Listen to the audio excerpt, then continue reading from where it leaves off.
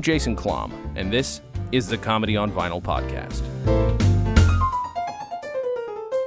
I'm already recording, but I haven't done my official introduction, great. Which is very important. Well, again, we have to do the fake Canadian flute noise to open it, right? Yeah, sure. Okay, cool. Are we both doing it? Do you want to do it? We're trying to do it at the same time? We can try. All right. You're going to know better than I do. I mean, it's just... Should we practice it first? Sure. I believe it is coo-coo-coo-coo-coo-coo-coo-coo-coo-coo-coo. Yeah. But to kind of hit the notes, you got to kind of do it real loud. Right. Because it's in a falsetto. What if you do it first? And then And that's you'll it. try. Okay. And that's it. I'm going to fuck it up. I did not grow up with this. I'm familiar with it. Don't get me wrong. Am I on? Yeah, you're on. Okay, Yeah, good. it's I've played 100% with this on. mic too much. I'm worried I'm going to hit the switch. It's okay. I've broken upwards of 30 Nerd Melt showroom mic stands. So, all right. I'll try to do this. Mm-hmm. Wide. All right. Cool. I almost did too high. We'll do that though. Okay. We'll stick with it. Sure.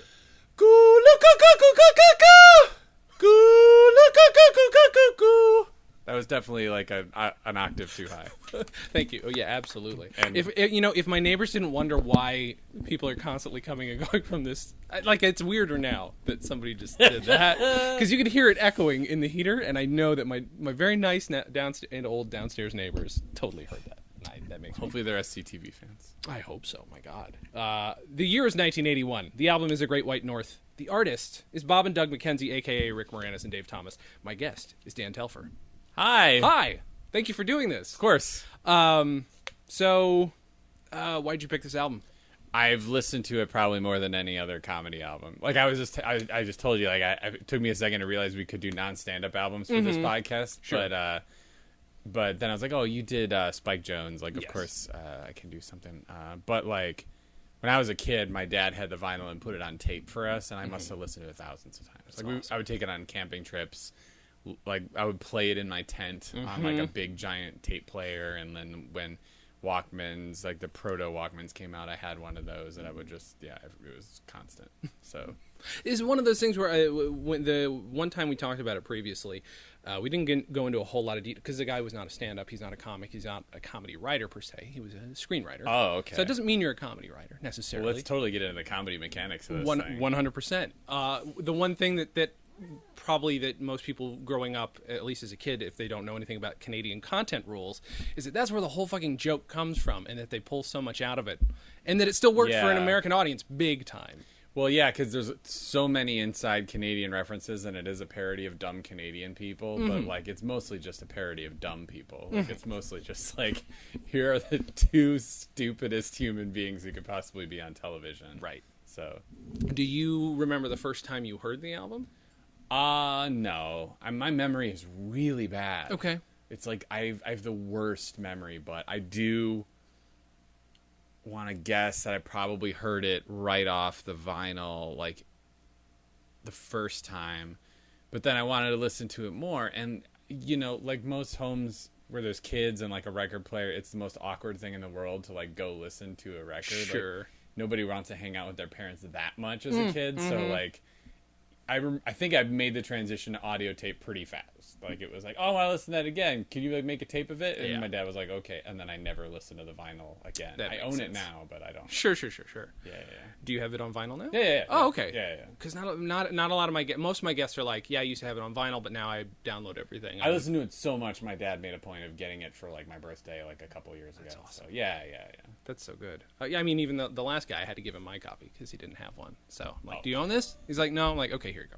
You can keep it because why not? It's important. It's so good. It's so stupid, but I don't think there's any arguing that it's funny. Did I give you a bad mic stand? That fucking thing. It's okay. I'm tall. That's the only thing. I think you are tall. It slides down a little. Right. Well, this was doing that anyway. So I had an intelligent question. I assure you. Did you watch SCTV as a kid? Yeah, totally. Okay. It was so on, it wasn't just PBS an album. Okay. I don't even know what the run was, because that's not something that I was watching growing up. It was more something my parents would tell me, oh, there's this funny thing. They'd tell me about the movie Strange Brew, and I didn't really get to watch any of this stuff. So it was weird because my parents were huge nerds, just huge comedy nerds, huge indoor people.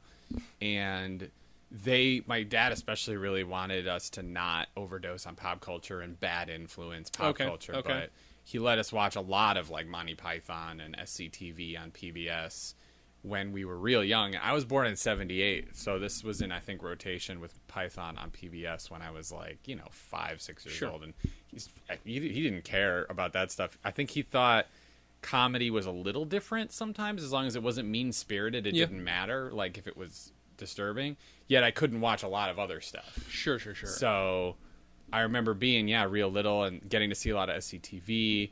And then when it got to the point where it was clear that even though I was a little kid, I really liked it, my dad was like, oh, well, they made this movie. Do you want to see this movie? And I was like, of course I want to see this movie.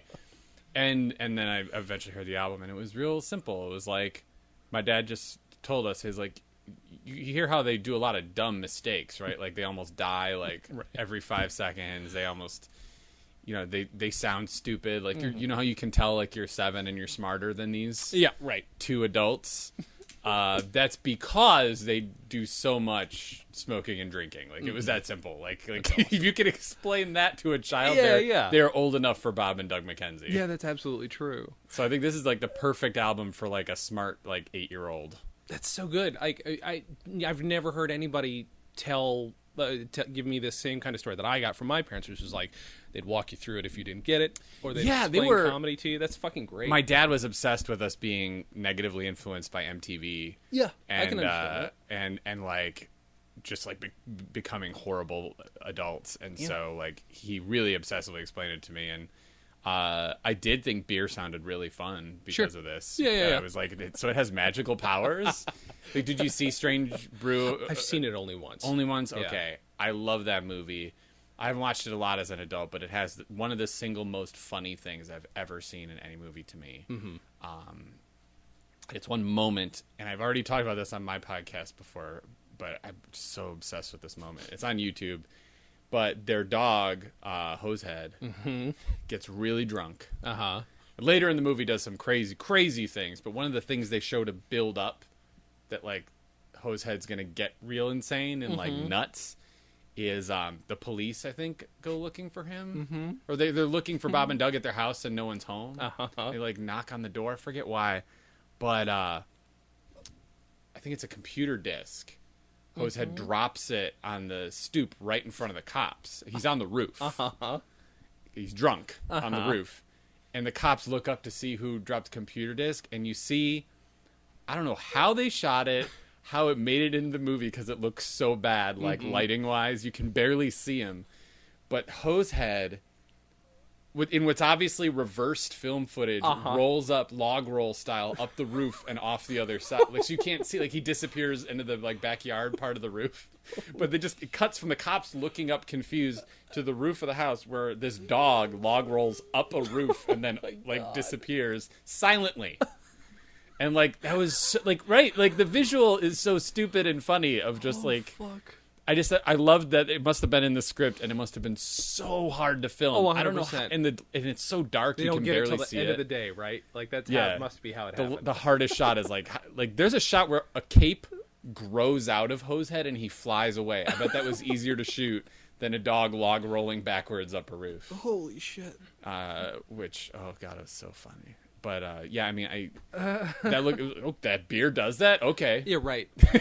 That's the weird thing too. Is like, where do you go from these two guys just sitting on a couch being drunk as fuck and super Canadian, and that's where they chose to go. It becomes like insanely not supernatural, but just like surreal. And that's the word I meant. They were just such good comedy writers. Sure. And have you seen the backstory about like how this happened? So like. We probably discussed it last time. I think it was it CBC, the Canadian the network that they would have been on, but they I think said you need like more Canadian the Canadian stuff on the show. Yeah, exactly. So then they just did this as filler, and then it was the most popular thing on SCTV, and they got angry about it. But like that was one of the things like you would sometimes they would be like, oh, we're so proud of these characters. Like, we love these characters. Sometimes they'd be like, can't believe, like, all the writing we did, this is what took off. But that's what I love about this. You listen to it, and, like, so much stupidity is happening, but, like, they still, like, throw in big words under their breath sometimes, and the pacing is really fast sometimes when they need to get out of a dumb joke. Right. So, like, they know how to take advantage of this dumb hand they've sort of been dealt by fate of, like, if you put this album out, it guaranteed it will be the #1 album in Canada. Yeah. Guaranteed it will be nominated for an Emmy. Or not Emmy, Grammy. Yeah. What do they call them? Sound Emmys?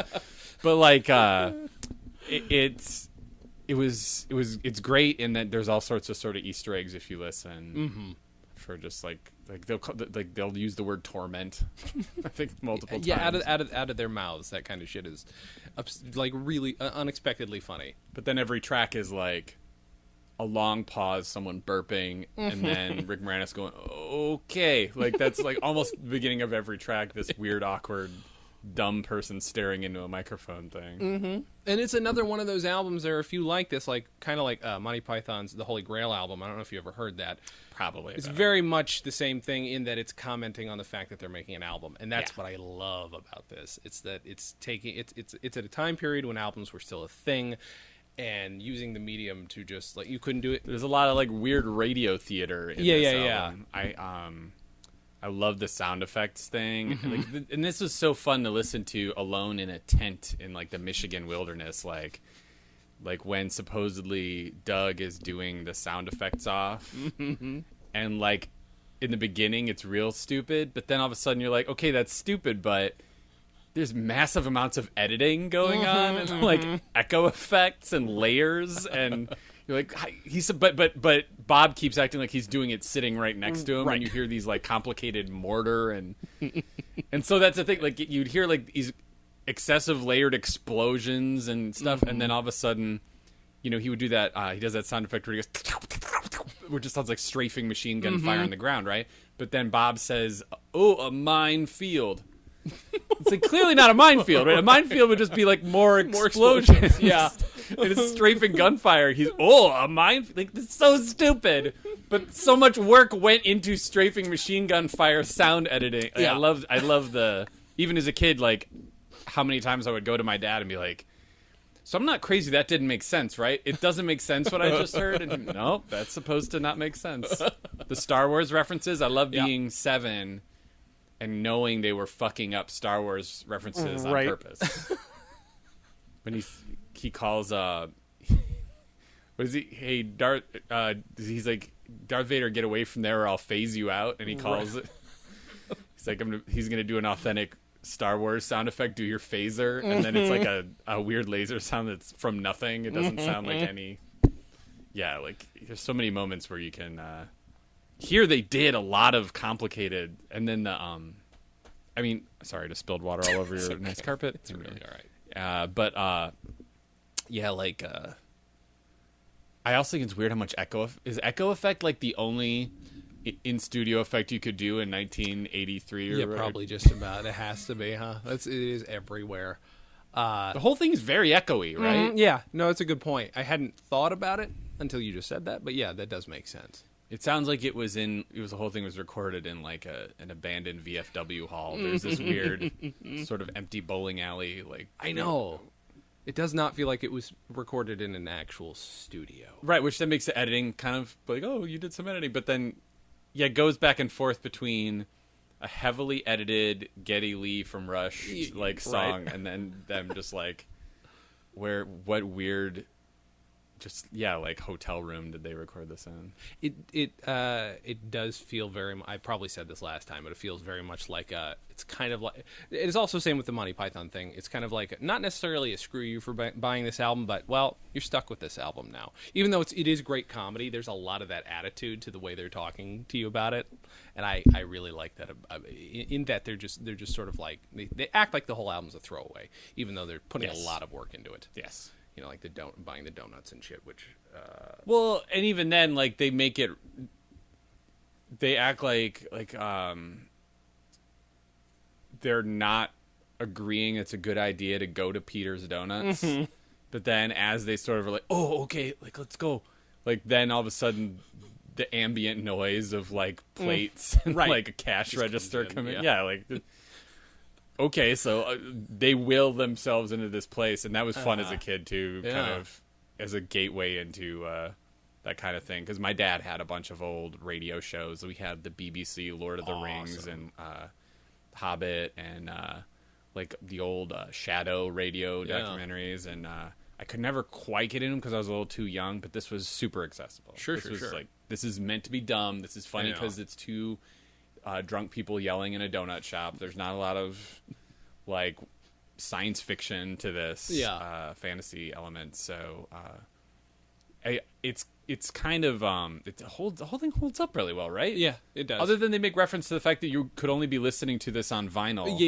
Yeah, which is hilarious. But I mean, they're probably also perfectly aware of the potential obsolescence. It's 1981, right? Cassettes were a thing. So I mean, you know, like they were aware what they were doing. That was one thing too. Yeah, I think I first heard this a year ago, and the idea that it was still that it worked for me is like that's a good sign. Having never heard it before. Yeah. Then that was some water. So after you, I mean, you mentioned one of the things you really didn't want to talk about would have been Bill Cosby. Were there other comedy albums you were given? I mean, We can talk about Bill Cosby. we can, but I'll tell you, like, I've had people say, you know, I'd love to do a Cosby album. I'm like, cool, but you understand we have to address it for a long time if we're going to talk about it. It's one of those things where you can't not. Like, Yeah, it's so hard. And I think I said this before you turned the recorder on, but I think it would have to be the most angry. Yeah. I don't understand people who go on long Facebook post speeches about how you separate the art from the artist. I have a problem with that too. Okay, so here's a guy who definitely raped dozens of people. I think basically it's about 50 at this point. People love to say over 20 or something at this point, but it's so high. Yeah. Did it for decades. The better half of a century, this man was doing horror, and it changes your perception. I mean, like I think what I can say I took away from it was at a very young age. I was lucky enough to live in a neighborhood where I played with black kids, and I didn't feel like that was an other part of the world. Yeah. And this was like a very easy gateway into, there's Steve Martin, Bill Cosby. Just because someone looks different doesn't mean they're not exactly what you should be. And that was nice to have at a very young age. Yeah, I can see that. But yeah, man, holy shit,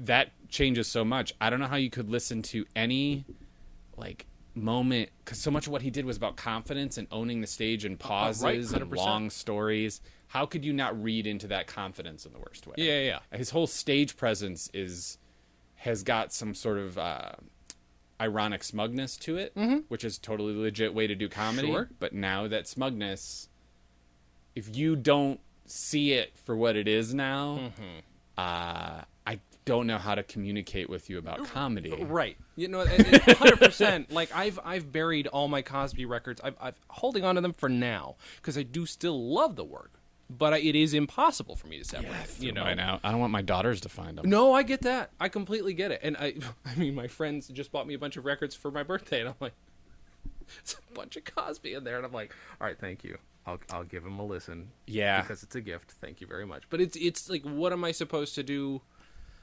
Chuck him, man. I say chuck him. You know, it's still worth studying for me. You understand? If only because that's what I do. Well, beyond that, though, may I, and feel free to delete this if you disagree with me on a fundamental level, because I don't know you want to tell you how to run your... I'm not going to delete anything. Run your fandom. But it's all on YouTube now. You can find it all on YouTube. And I think what especially you're doing with vinyl is so much about the craft. I think symbolically. Yeah. This man does not deserve even the silliest of aesthetic reverence. Oh, for sure. No, I can appreciate that. I also feel like there's something very unique about this situation where he's one of the most famous people alive. Yeah. And he'll probably never pay for his crimes. Right. So there's something sort of poignant to me about letting him be as irrelevant and a mediocre punchline as possible. Oh, for sure. While he's still around. So. Oh, yeah. No, I agree. It was one of those things, too, for me. Like, again, I'm obviously not the victim here, but You grow up thinking this guy's your other dad, like quite literally. Sure. And then that's, oh, wow, Sure. great. That's It downhill. felt real good to throw that one in the dumpster without any ceremony whatsoever. Sure. Immense amounts of pleasure just walking away from that dumpster. They're not doing me any good sitting behind a bunch of records where I can't see them anyway. So, yeah, no, you make a That good shit point. would haunt You make me good like point. a fucking like Celtic mythology demon in a weird cauldron in an abandoned house in the middle of the wilderness of Ireland. Like I couldn't handle that shit. That would be. I can't have it in my house. Yeah. It's not even about my kids finding it. Yeah. I think, I'm one of those people who gets really passionate when I talk about stuff. I get kind of like lit up and kind of vibratey, and it's because I care so much about comedy. Like I don't even get mad, but I'll look mad because of how wound up I get. Yeah. And I think little stuff, just like hearing people like, oh, did you see what I posted on Facebook about how you shouldn't go off about Cosby? Like, All right, well. yeah, I mean, who needs an advocate more? Yeah, right. I don't know. Right. I think we live in a strange world where comedy is being taken very seriously, and I'd like to be on the right side of taking it seriously when so many people are exploiting that element of comedy and taking it seriously in a way that devalues it. Yeah. And breaks it until it's not comedy anymore. I think, one way we can take comedy seriously and sort of prove to people who are scared of comedy it's worth keeping around this genre known as levity. Yeah. Is to say, yes, I care about it so much that I will let him rot in a landfill. Yeah. No, and I can respect that. I absolutely 100% respect that. Yeah, and I like I said, I don't mean to tell you how to. You're not. You're not. How to be a fan. It's just, heavy stuff. Oh, yeah, 100%.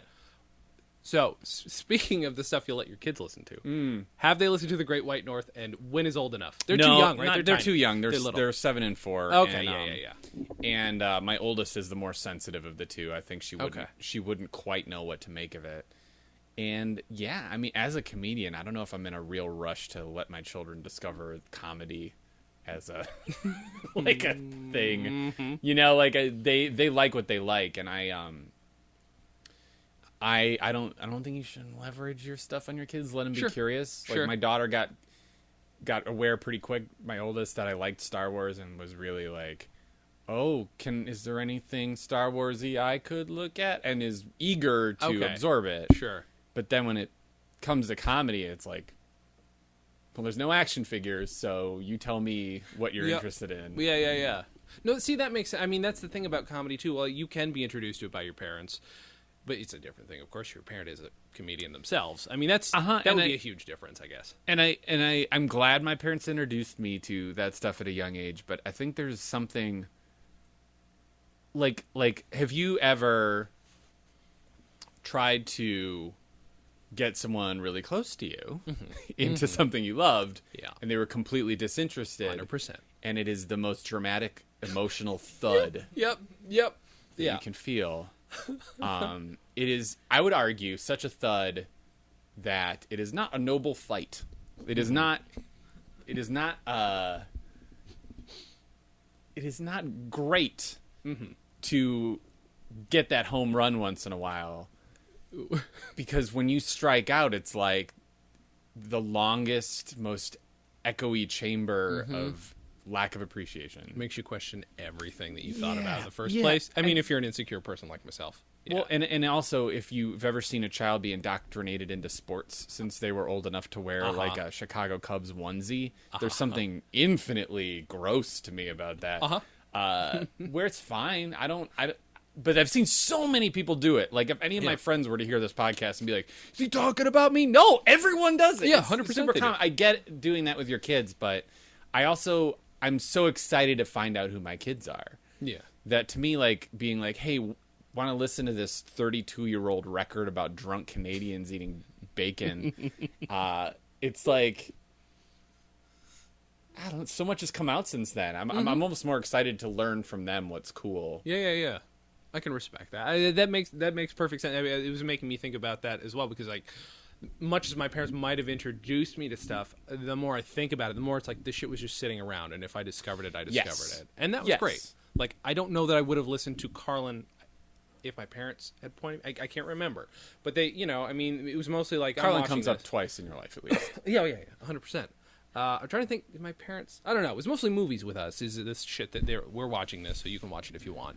Yeah, and I think there's going to be times where I'm proud to have introduced my kid to something, but also, how often do you go, super cool how my parents introduced me to Rush, or like I look back, I'm like trying to remember all the 8 tracks my parents owned and how much that makes me cringe to even like think of like a Three Dog Night 8-track in the same room as me, and just how dusty it felt even when it was like a month old, and like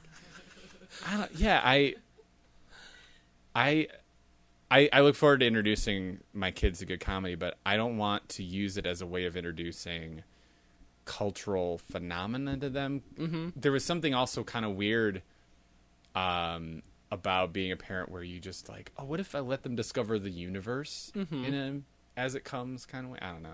I don't want to be a puppet master. Yeah. It feels weird. It's so weird when you're actually a parent, like that process of going like, hey, there's this real cool thing called blank. Like, I can't do it. Yeah. It's not my personality. I think that's just the thing. I don't have it in me to be like a culture dealer. You feel like a commercial at that point. I can see that. I tried getting my kids into a few bands I like, and it was like, my oldest daughter loved 3 bands for a year and wouldn't stop listening to them. And then I was like trying to introduce her to more, and she's like, "No, I just like those 3." And I was like, "Oh, but it was just because it was the first 3." Like, I was trying to like find a way, like okay, she likes Wild Flag. Will she like Sleater Kinney? Nope, just Wild Flag. Keep Sleater Kinney away from me. I just like Wild Flag. Like it was like, oh, okay. You liked that I wanted to be a part of it, but not necessarily like the I don't know, like, I think she was trying to please me to a certain extent. Yeah. And I don't need to trick my kids into making me happy. Like, let's just be real in my house. I keep wondering, if only because I don't know and haven't really ever asked this question. Most of the people who I have on this show are either comedians or work on comedic stuff. I don't know if we're exposing ourselves to more comedy than other kids are or not. So I just wonder, like, by listening to this album, was that just part of you obviously educating yourself? Was it just part of life? Was it just part of something that was there, just another piece of culture for you? Or was it obviously another It was step? Actually great. I mean, like, I had a younger brother, and then I think I discovered this around the time I got 2 new younger stepbrothers. And I would do little reenactments of Bob and Doug McKenzie. Like, there's pictures of me somewhere in Natook with my younger brother. I think before my dad got remarried. Awesome. Yeah, just like, and I would make him be Bob, and I would be Doug because he was the bigger asshole. And I would make him try to, like, I think we did like video, like early 80s like film of us trying to go through stuff. And I knew it was comedy. Like, I wanted to, it was so dumb, I felt like I could just do it. Yeah. And like, so we're just gonna be Bob and Doug McKenzie, and I would try to go over stuff. And we did audio tape after audio tape of it too, and like there's a lot of tape somewhere of either in a landfill or my dad's attic of like just me being verbally belligerent towards my younger brothers, and then being just young enough to like not be offended but also have no idea what to do with it, or like to do a joke that wasn't like in tone with Bob and Doug McKenzie, and me getting kind of like irritated with it. Oh, like, yeah, I get that one. I was a dick. And I was a real dick older brother. Hey, let's go record a comedy tape. What are you doing? That's not. Oh my God, that's exactly my life. That's not in line with Bob and Doug. And yeah, I mean, I felt like this was comedy, and it was really cool lining that up with the fact that like SCTV was on the same channel as Python, and seeing it as a world, and how weird this was. You could tell that Bob and Doug McKenzie was the goofiest, strangest thing to have like a famous band on. I remember asking my dad who Rush was, and like who's Geddy Lee? Why should I care? And my dad being like, it was a really famous Canadian band, and I'd be like, so why are they talking to these weird drunk idiots? Oh, it says there's a joke about how his lawyer or their lawyer got him to do it for $10, and I was like, well, I heard it, but I still don't understand how this is popular. And it gave me a lot of hope, I think, when I was a really lonely kid, of like, oh, the dumbest, weirdest, quirky stuff can somehow rise to the top with the expensive showboaty Yeah, bullshit yeah. parts of media and culture. And that was, yeah, I mean, I think a big reason why I got into improv and sketch like right when I was 18, because I was really excited to be a part of it. Granted, there was a long period there from like age 12 to 18 where I was just sort of like doing whatever I could to get by because of hormones. Sure. But yeah, I really, really, really wanted to do that kind of thing. I mean, I thought there were amazing periods of SNL, but they never put out like a comedy album where I felt like it was just two guys in a room dicking around and I could imitate it. And like I never was into impressions that much, but I felt like this was like, oh, this is again two dumb people talking. I mean, that's the other thing too. Is like again, it's not an actual, again, it's not a waste of vinyl. But I love the feeling that it is just like these two guys fucked around. Again, that's how it feels for 45 minutes. It's committed. There's art. It's given to you. You've got this piece that feels like it was custom made for you because it's so freewheeling feeling. Anyway, and it's interesting how it's I believe because I just checked it this morning. It was 18 tracks. And I would say like 3 or 4 are heavily produced, like took a lot of effort, maybe some money. And then there's at least like another 3 or 4 that are nothing but like burps and confused non-jokes. Like just like 3-4 minutes of just people go, wait, what? Okay. And that's it. Like maybe you hear the sound of someone lighting a cigarette and like someone sprays the other guy with a beer and he's like, oh no. And then that's a whole track. And, I like that it's mixed up that way. It feels a lot like a podcast sometimes, doesn't it? Yeah, like it feels like 100% it does. Because of how casual it is. It seems a lot like what people actually do with podcasts now, just really quirky, aggressive, but patient and dumb kind of audio theater. The other thing on top of it too is that we've got, and I didn't talk about this at all last time, is the fact that Dave Thomas and Rick Moranis are brilliant actors on top of just being brilliant comedic actors. They're really good. Yeah. And they're putting so much into this that it's hard to, you can't. Well, you can tell there's a couple of times they play this thing throughout the album where it takes them both entire sides of this vinyl record to correctly play the kulu-ku-ku-ku-ku-ku thing on half-empty beer bottles with the that's notes. Right, yeah. And they use it as a way of ending tracks. Like there's 4 or 5 tracks they end with them incorrectly or incomplete playing the theme where it's like hoo hoo hoo hoo hoo hoo hoo hoo. Like that doesn't sound any like why are they even doing this? Like it's not good, but it will really quick. It sounds like they recorded it and then like Bob will be in the middle of talking and it just feels like this sketch needs to end. And they'll just layer in the bottles to end it. And instead of it being like an awkward cutoff, you'll actually hear Rick Moranis go, "Oh, sorry," like as if clearly Dave Thomas isn't cutting off Rick Moranis by leaning over and doing a weird version of their theme on beer bottles. It's edited in, but Rick Moranis still, even though it's being like edited in as a closer, had the wherewithal to be like, "What if I awkwardly apologize?" to just sort of nail how awkward this ending is. Right. So there's they're really smart in how they knew they had to keep this feeling like two real people, two people who, if they had an album, might put zero effort into it, zero thought even, but would respond to everything and react the way like a chihuahua would, but react, yeah.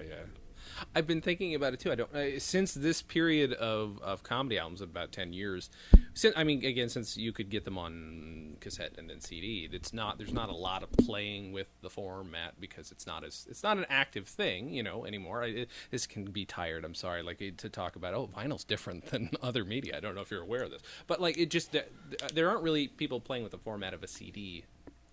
I wish they would. I really don't understand. Like, I remember when Adam Sandler's first CD came out, I thought it was kind of funny, and then he put out another one, and it was the same basic thing with, like, sketches and stuff mixed in with songs, and I was so disappointed. It's like that.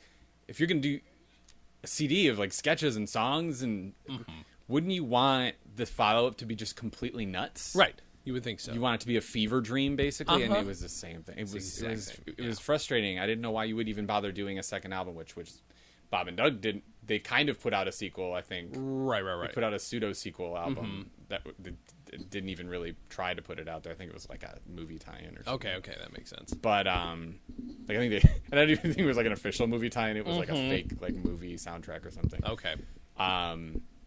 But I love that they tried to get goofy. There's actually, because it's on vinyl, there's still, it's like Zork. Do you remember Zork, the video game Zork? So if our listeners aren't familiar, what was so great about Zork is even though you can download it free for your iPad now, you needed additional materials to play it.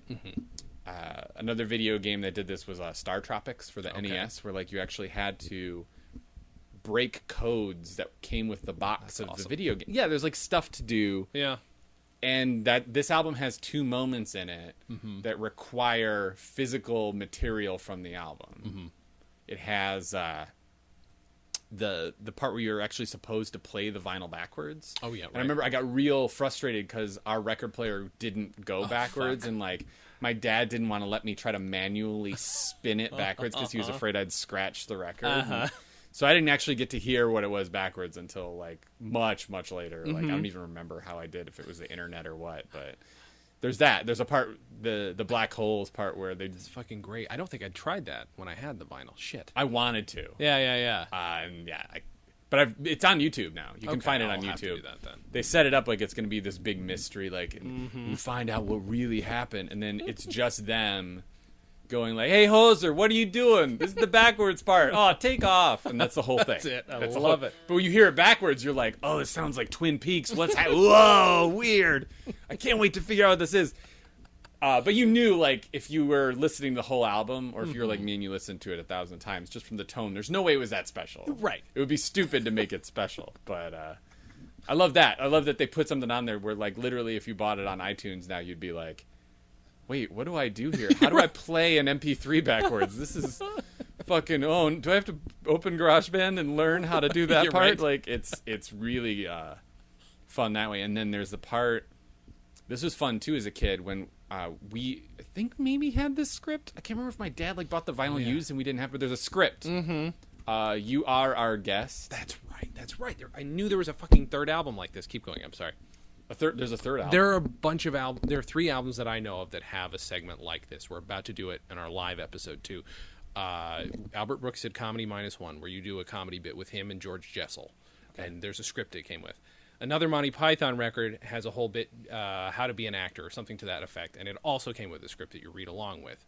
Who did it first? In terms of vinyl, again, out of these 3, Python did it first, then Albert Brooks. This would be third, but they're doing it in the most like incidental, like ridiculous way, because it's not like a funny, crazy script. It's just like conversational.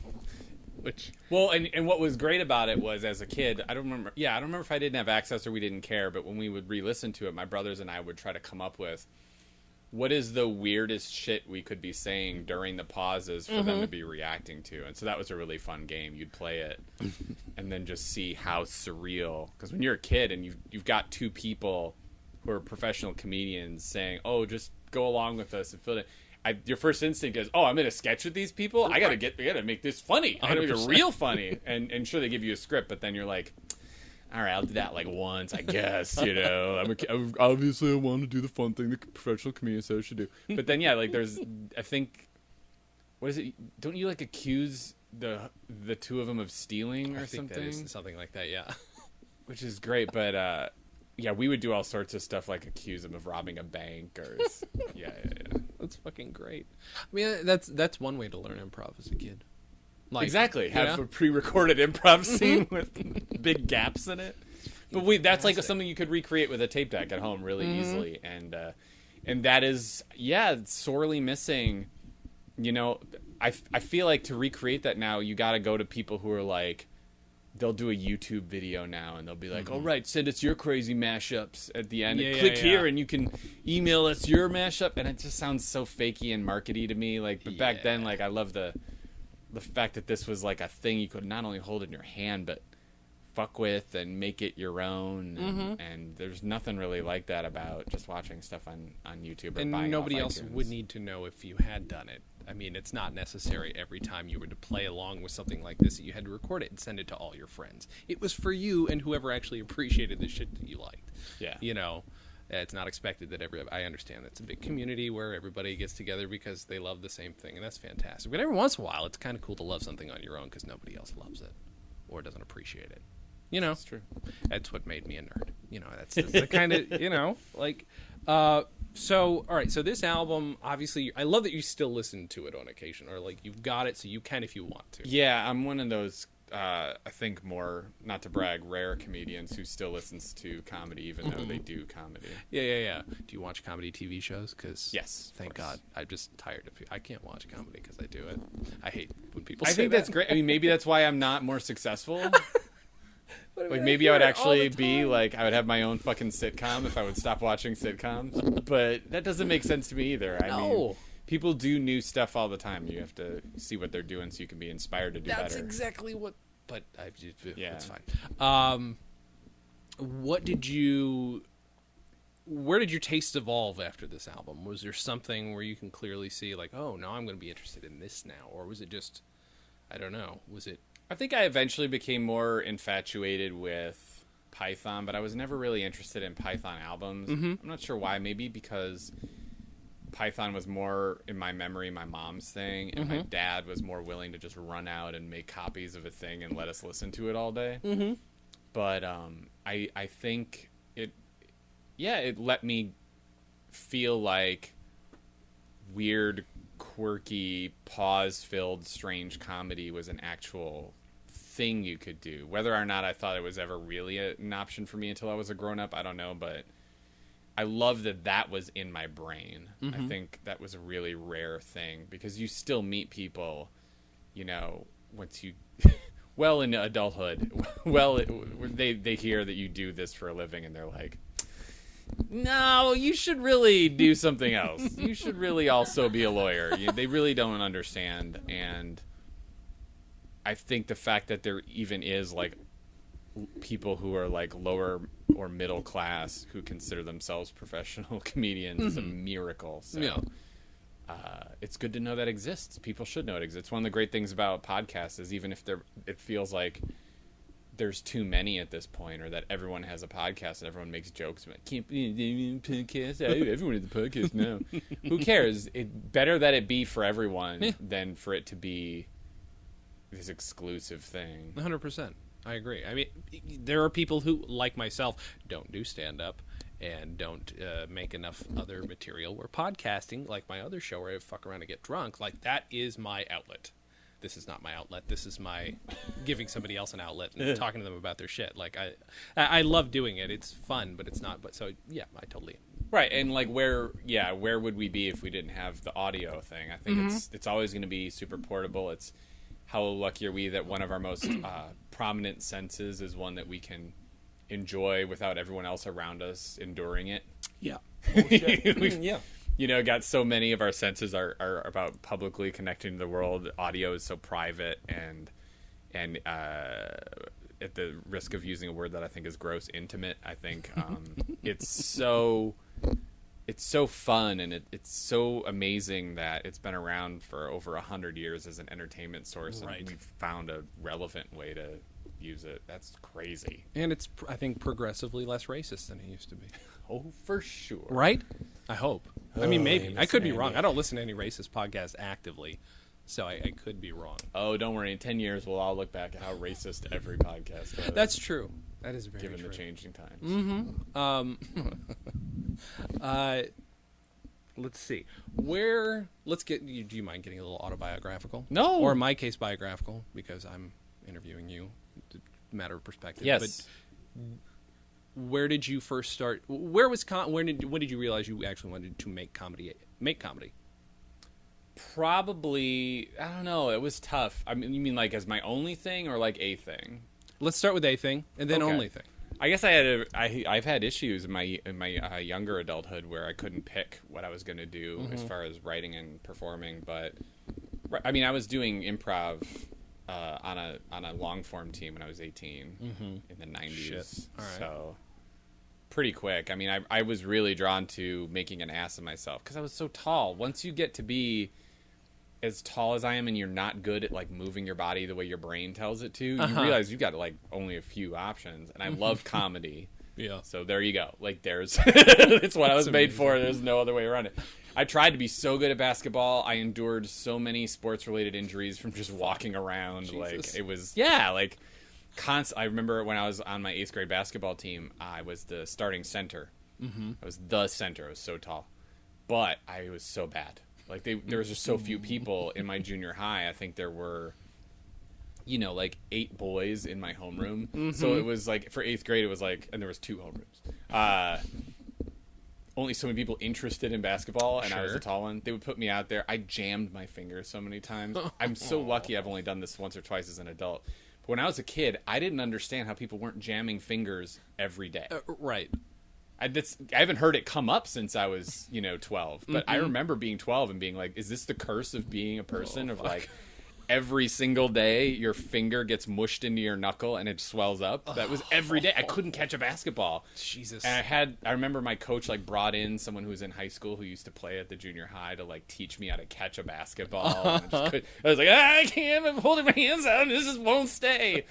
And I tried so hard to do anything else. Just because when you're 6'5", going through theater school, it was like, fuck, okay, I'm auditioning for Shakespeare. Mm-hmm. They only let me be the weird thug. It was really tough to kind of go through all the things I wanted to do and be like, I'm made to fall on my face in some way. And then, I think this was a really good thing to have running in my head of how to make an ass of yourself, how to be entertaining without sacrificing real dignity. Mm-hmm.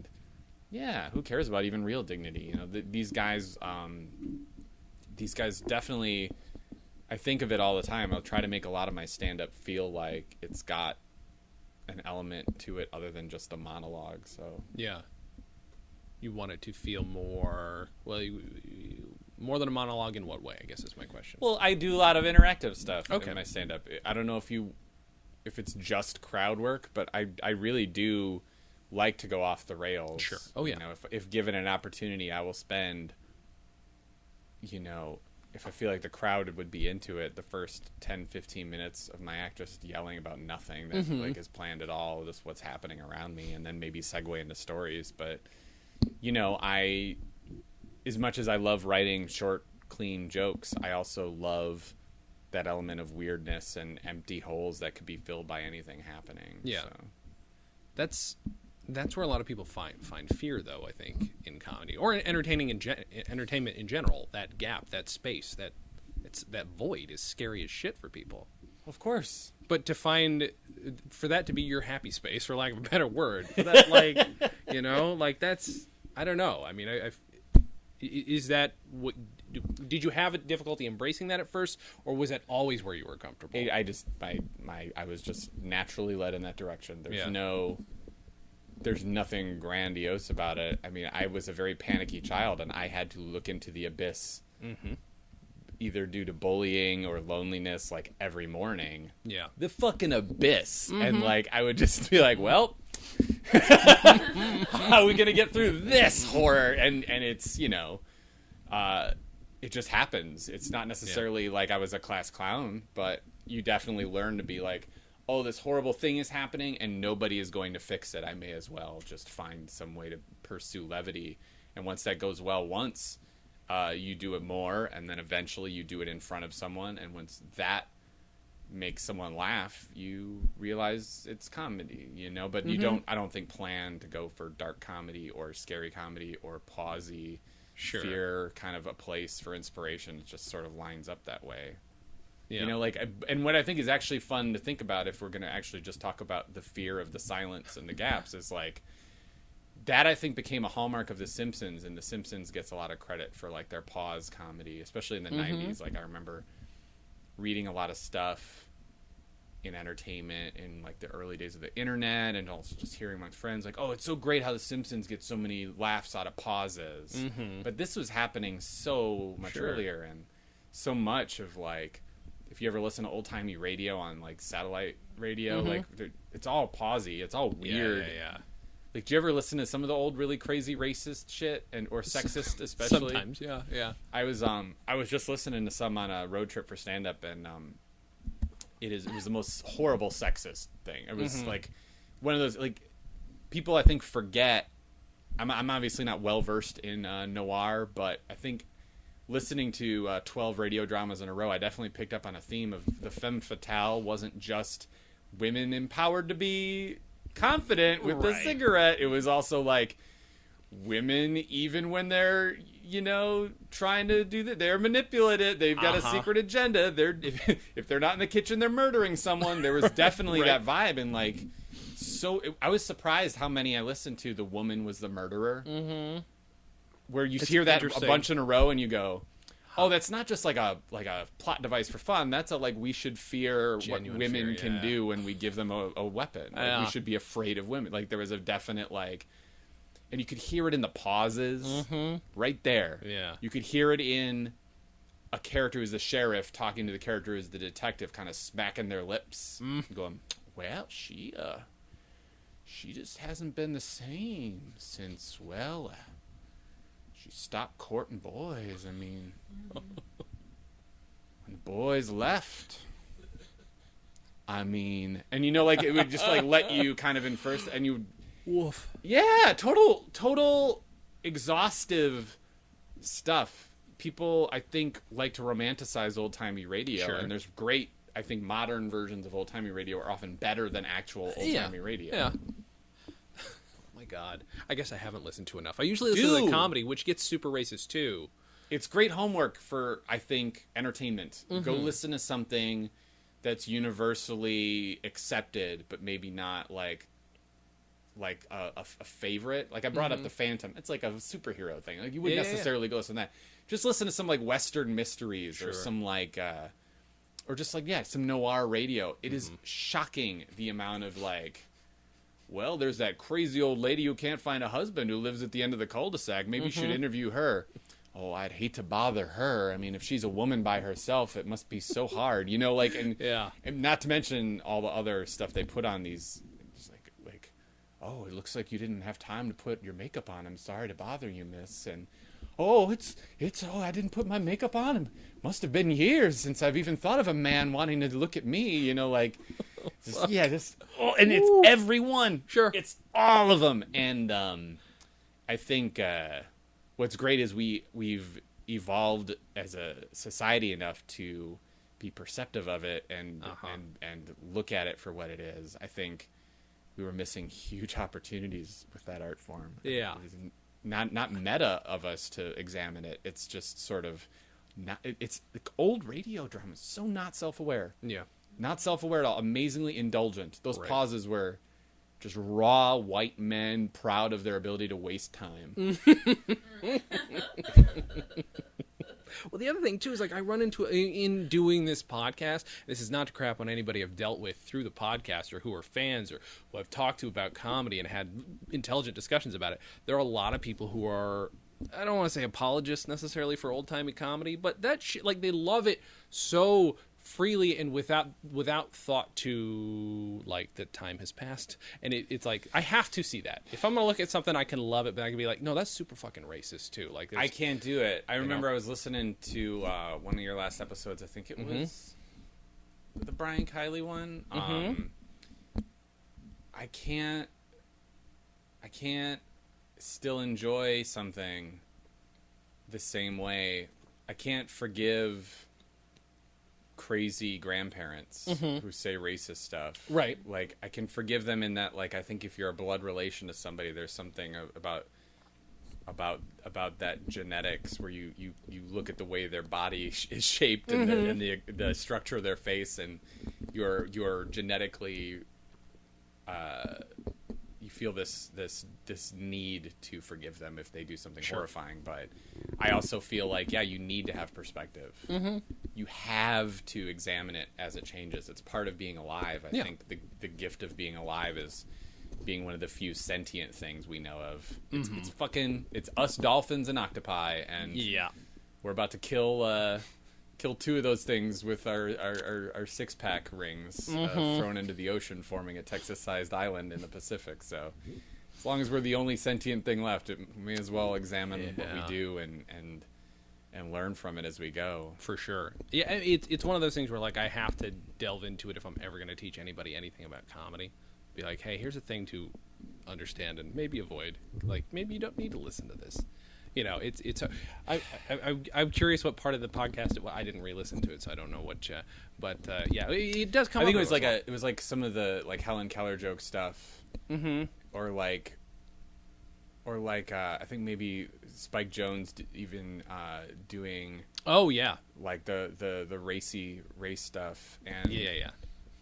I just think perspective is marvelous. Sure. Context is everything, right? Mm-hmm. And it is the biggest part of comedy is like all comedy, in my opinion, is a comment on something. Mm-hmm. And you should be able to recognize the comment. Yeah. Not just the, oh, that made me laugh. Right, like, right, I feel 100%, like yeah.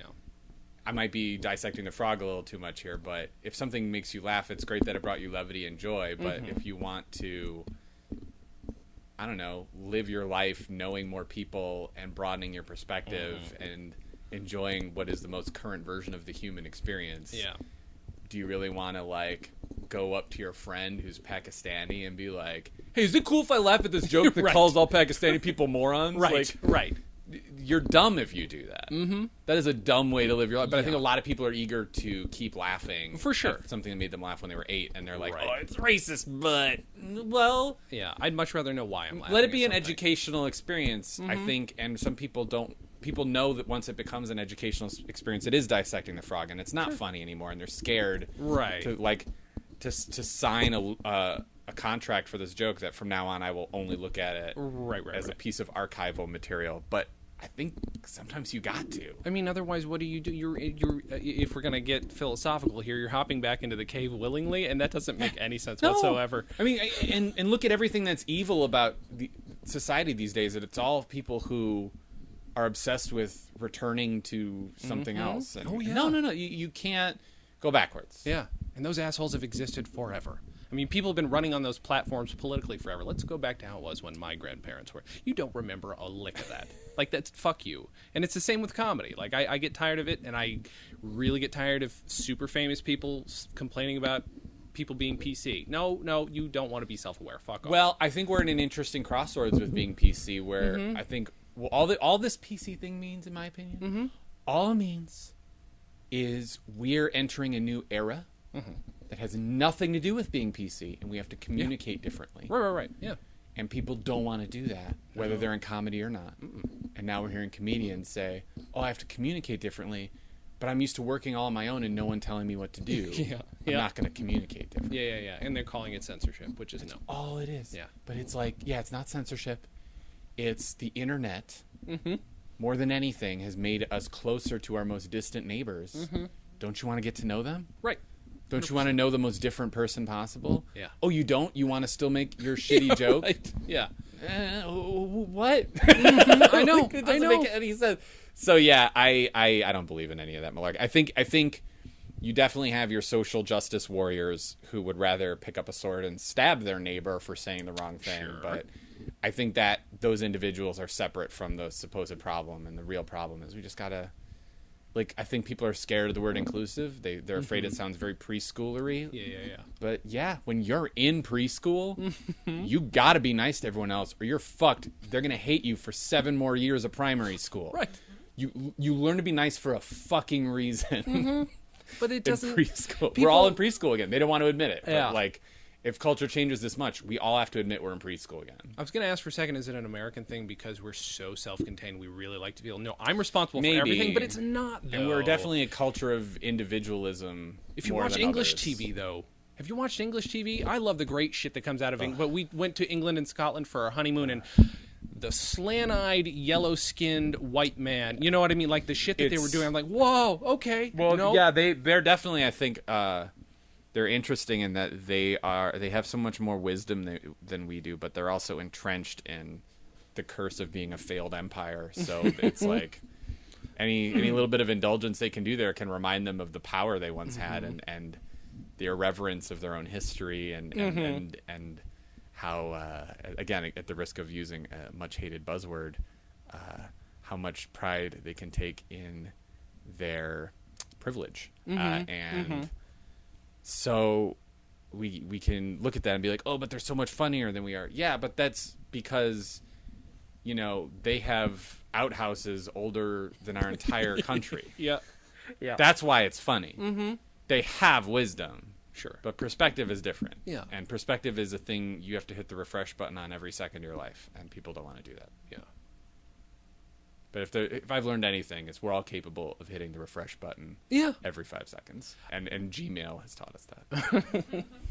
Can I thank you, by the way, for being one of the few people on the podcast who at least brings this shit up, so I can finally be like, I agree. Thank you for being. Oh it yeah, doesn't well, always and happen. again, it doesn't like, happen all the time. yeah, well, and I wish I knew more what to do with it. I wish I wasn't just slipping away from comedy and being a boring philosopher about it, because I think this is like, there's a lot of comedians who really think good at addressing this. Yeah. I love how, like, I think when Maria Bamford does material about mental illness and depression and suicide, it's stuff that we've never really brought into mainstream comedy. Sure. And she's kicking that door open of like, oh, we used to just make fun of crazy people.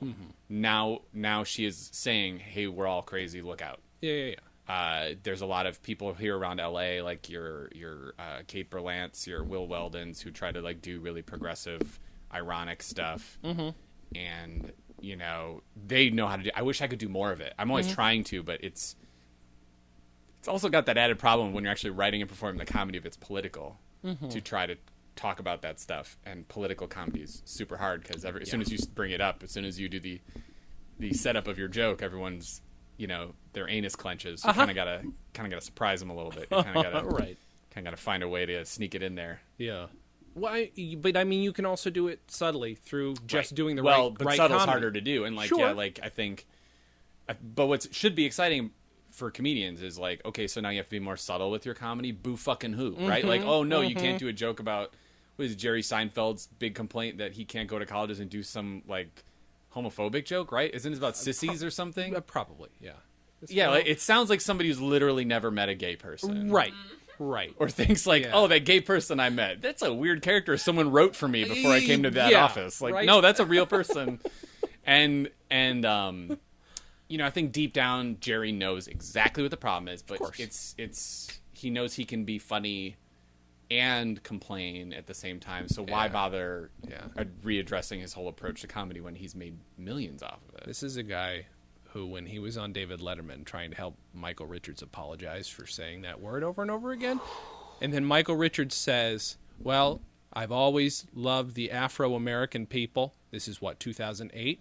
He's saying Afro-American, the audience laughs, and then Jerry Seinfeld says, hey, it's not funny. Jerry, that's hilarious, number one, that he's that out of touch. And don't defend. I'm just saying, he's a little out of touch, Jerry. Well, and I think what Jerry was, I'll throw Jerry a bone. He was trying to defend his friend. Sure. And he was trying to... His super racist friend. He was a scared, broken man. I agree. And he knew he was fucked. And he didn't know what to say. Yeah. And he's getting old. And, like, I think... I know, but it's not like he's 90. If Jonathan Winters went on stage and said the N-word 10 times, I'd be like, oh, he's probably got dementia. I mean, he's a dead man. So if he got on stage right now... Well, no, I'd be but shocked, imagine, like, somebody from the 1970s. Like, what's, like, one of the most famous shows, like Welcome Back, Kotter or something. Imagine John Travolta said something in the 80s...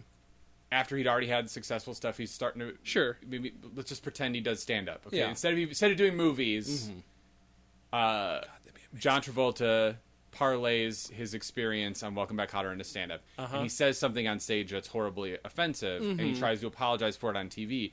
It would have been fine. Yeah. Because I think media and the entertainment industry was a very similar Old Boys Club. Yeah. He would have sat on the couch right next to Johnny Carson. And Johnny Carson would have been like, hey, everybody, we agree it's fine now, right? And they would all gone, yay, and it would have been fine. But because of the way social media handles this now, we're all much closer to the truth.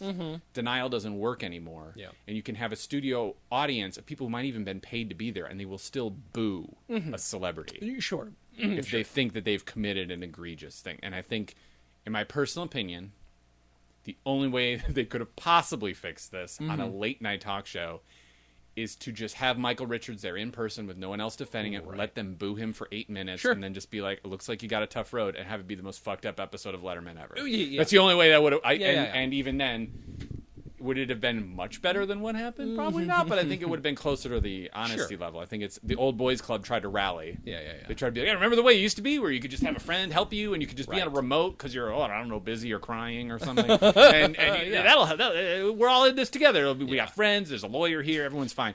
But like everyone saw right through it, and they booed him even though they were paid to be there, or they had traveled all to New York from across the country. And despite all that being catered to, there's a free Letterman T-shirt under their seat. They were like, "Oh no, fuck you!" And I think that's gonna happen now. Like it's just the way we communicate now. It's not just an ignorant mob. We know that's why there's a race war about to happen with police. Like it's because you can't have an old boys club. You can't just lean on your privilege and think nothing. This is about Bob and Doug McKenzie. What the fuck is happening? Canadian stuff. Yeah, no, Bob and Doug McKenzie actually have a lot of really fun anti-cop stuff. Oh yeah, I'm not even kidding. Yeah. That's absolutely true. Lovely anti-authoritarian. They tell cops they'll mail them donuts if they don't give them parking ticket.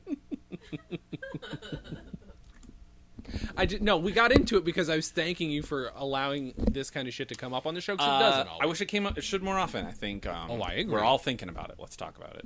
Some of us are thinking about it more than others. Let's all. If we don't, we're fucked. Oh yeah, 100%. The ocean's about to turn into a big sulfurous puddle. We may as well. All I was saying when I was saying be subtle about it is you can do like the right comedy. Do comedy in the right way, but also be intellectual in that, like, you're thinking about what you're fucking saying, and then long story. I think that's all you really need to do. Think about what you're saying. And to just from the comedian's perspective and just play my own devil's advocate. Sure. Being told there's a right way to do anything. Holy shit, does that sound horrible? Of course. If anyone told me the right way to do comedy, my first instinct would be to give them the middle finger. 100%. So yes. I totally get it, but I think if you look around you and how everything's, even if you hate social media, like people, the reason they don't put up with it. I mean, and obviously Seinfeld doesn't run his own Twitter account, or I think he might understand. Like, the world is changing so fast, and it's not just a bad thing because it's different. It's just we now look at injustice 30 seconds, or even if you've got fucking Periscope while it happens. Apparently, yeah, immediately. Yeah. So, I always like to ask people if you're going to recommend this album to people. If they've never heard Bob and Doug McKenzie, don't know anything about SCTV, why listen to this album? Nobody makes albums like this anymore. The only sketch comedy albums I can think of that come out anymore are the Lonely Island ones. And they're all song parodies, which is perfect if you want to be successful at it. And I know there's got to be a bunch of sketch albums out there, but most people, like Super Ego, they put out a podcast. This is actually like an album format that not only doesn't exist anymore but holds up really well. And I think the fact that they reference the vinyl so much actually puts it into a very good context. You know exactly what you're getting into. So this is, I mean, the source of so much modern sketch was inspired by this, and it's so accessible because of the dumbness factor. And they make Star Wars reference, there's a lot in here to enjoy. And honestly, I think so many of us listen to podcasts that are patient. There's so much great patient moments where you listen through pauses, you listen for the timing of the burps. Like it's there. Like they really carefully did everything here, and it's so worth a listen. Yeah, and it wouldn't be carried off if they weren't obviously brilliant writers, but they are really great actors, underrated, and Oh my God, is there anything more tragic than the fact that Rick Moranis lost his interest after his wife passed away? It is. He is to me like the biggest resource comedy has lost from lack of interest. I mean, that dude. God, if we could have kept him in movies, man. If you hear what his big complaints are, it makes sense. But. 100% they do. What do you have to promote? Where can people find you? I know you're at. I want to promote my album. I have a CD coming out that you were at the recording for. I was. It's October 2nd. It's called Ocean of Panic. October 2nd. And people sometimes ask me on Twitter, hey, what's the way to buy this so I get the most money to you, the artist? That is very thoughtful of you to say to people on Twitter. I will tell you, one of the biggest is iTunes. So just do iTunes, and do iTunes also because people will actually see it if it makes it on that list of best-selling albums. So they'll buy it if they've never heard of me, more likely if you buy it on iTunes. Yeah. But, Amazon, I get a decent cut, but I don't get on any list people look at. That makes sense. iTunes is this whole separate software that people have a window of the best people. For sure. They'll reflexively be like, Ocean of Panic? What is this weird octopus thing? So, do that for me if you're interested on that level. But also, it's only my second full-length album. I'm excited that I'm doing it, even though I'm not super famous. I'm just doing it for the sake of I have an hour I wanted to put out. So Great art by friend of the show, Sarah Pocock. Oh, I'm glad she's a friend of the show. She is amazing. She's fantastic. She does professional animation for BuzzFeed. She's an extremely talented filmmaker and illustrator, and she did my artwork, so holy shit. It's fantastic artwork. And it was a great show. It really was the best hour of comedy I've ever seen. I don't think I've mentioned that on the show before. Yes, 100%. Well, that can't be true, but I appreciate... Well, okay, the host of the show just said this, so if you listen to this podcast, please do exactly what he says. Yeah, absolutely. Is it... I have to ask, just by nature of the show, will it ever come out on vinyl, or is there a plan to? I would like to. I will say one bummer about vinyl is as much as it has had a resurgence, it is still a niche you have to invest in. Oh, it's so fucking expensive. And I have not made enough money from my comedy career to have a few $100 laying around that I can just oh, sure, I'll make vinyl. And you have to I do get that. it. Yeah. So 100%. But I hope so. I would prefer it be on vinyl. Yeah. But it's still cost prohibitive. Sure. I need to just I need to just have a rich person offer to put it out on. Well, yeah. No, absolutely. I understand. That should happen. One day. It's a great... Can it be really cool, look like Bakelite, with wavy? Because I've got this awesome album that's got wavy it's got the word colors. ocean in the title. That's what I'm thinking. It would be... It's the right... Yeah, marble one. That should happen. You're on Twitter at Dan Telfer. Yes. Your website is dantelfer.com. Yes, but I'm mostly on Twitter. You're mostly on Twitter. I update my website once a year. Are there any shows people should, TV shows people should be watching? I don't have any booked right now. I work on it at midnight, watch it at midnight. I would love to be on TV more often, so just tweet at all TV shows that you should have Dan Telfer. I've been on TV before. I don't know why I'm not on every day. It seemed to go very well. I don't get it. So I don't know what the fucking problem is. But, is intimate better as a noun or an adjective? Is it... Ooh. I'm sorry, you said it earlier. If you say intimate, right? Yeah, I was also going to say that too. Yeah. It's better as an adjective because I just thought of what it would mean as a noun, and that's kind of gross. Yeah, it is gross. Yeah, it's no fun. Extra gross. Yeah, nobody wants to. Yeah. XL gross. Well, thank you for doing this. Thank you for my being pleasure. Here. It was a lot of fun. Thank you guys for listening, and as always, have a good thing.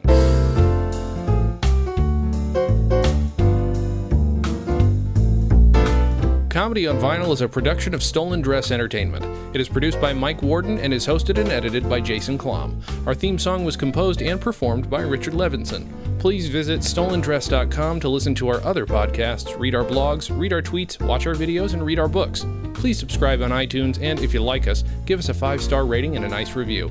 You can find us on facebook.com/comedyonvinyl, Twitter @comedyonvinyl, and find everything else at comedyonvinyl.com.